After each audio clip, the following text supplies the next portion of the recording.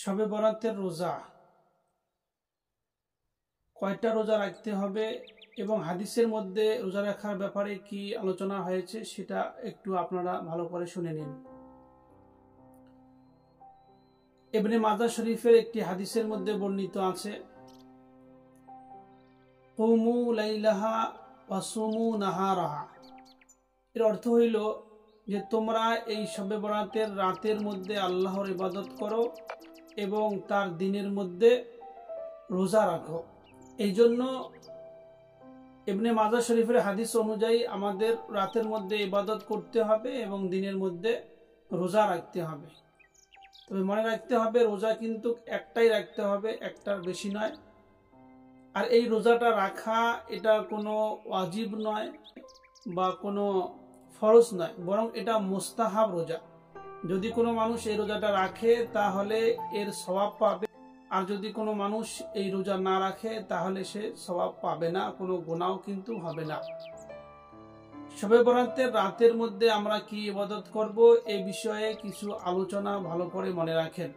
কিছু কিছু লোকের ধারণা থাকে শবে বরাতের রাতের মধ্যে যে নামাজগুলো পড়া হয় এই নামাজের মধ্যে কোনো নির্ধারিত নামাজ শবে বরাতের জন্য রয়েছে। আসলে ব্যাপারটা এরকম নয়।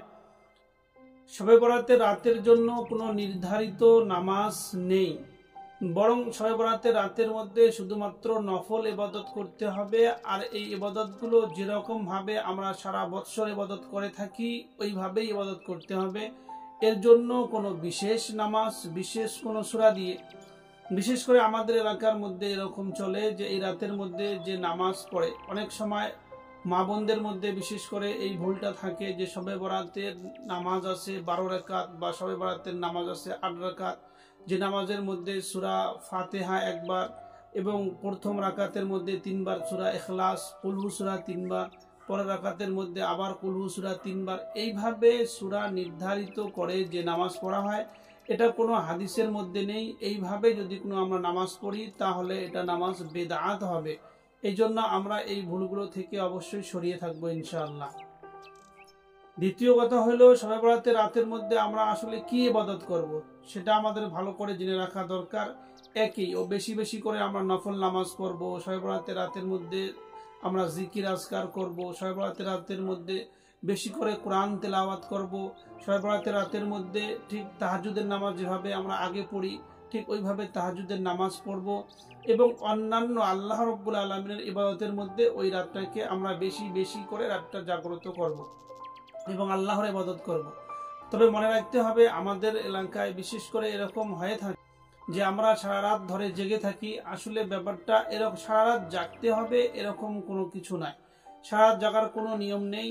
বাস বেশি করে ইবাদত করতে হবে। ওর মধ্যে আপনি ঘুম পাড়তে পারেন, আবার উঠে নামাজও পড়তে পারেন, ঘুম পাড়তে পারেন, উঠে আবার তাহাজ্জুদের নামাজ পড়তে পারেন।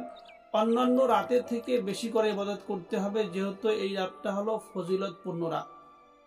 হযরতে আলী রাদিয়াল্লাহু আনহু থেকে একটি রিওয়ায়াত রয়েছে যে এই রাতের মধ্যে আল্লাহ রাব্বুল আলামিন প্রথম আসমানের মধ্যে নেমে আসেন, আর আসার আল্লাহ রাব্বুল আলামিনের পক্ষ থেকে এলান হয় যদি কেউ নিজের রিজিক বাড়াতে চায়, নিজের গুনাহকে মাফ করাতে চায় তাহলে আমি তার রিজিক বাড়িয়ে দেব, আমি তার গুনাহ মাফ করে দেব, আমি তার মুসিবতকে দূর করে দেব।